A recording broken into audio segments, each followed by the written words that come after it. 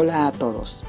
Este jueves 15 de febrero a las 8 de la noche se va a llevar a cabo el partido entre Sporting Cristal y los Chancas 6C, correspondiente a la cuarta fecha del torneo Apertura de la Liga 1 Te Apuesto 2024. El escenario es en el Estadio Nacional de Lima. Esperemos de que haga un excelente partido y que gane el mejor. Mucha suerte para ambos equipos. Muchas gracias.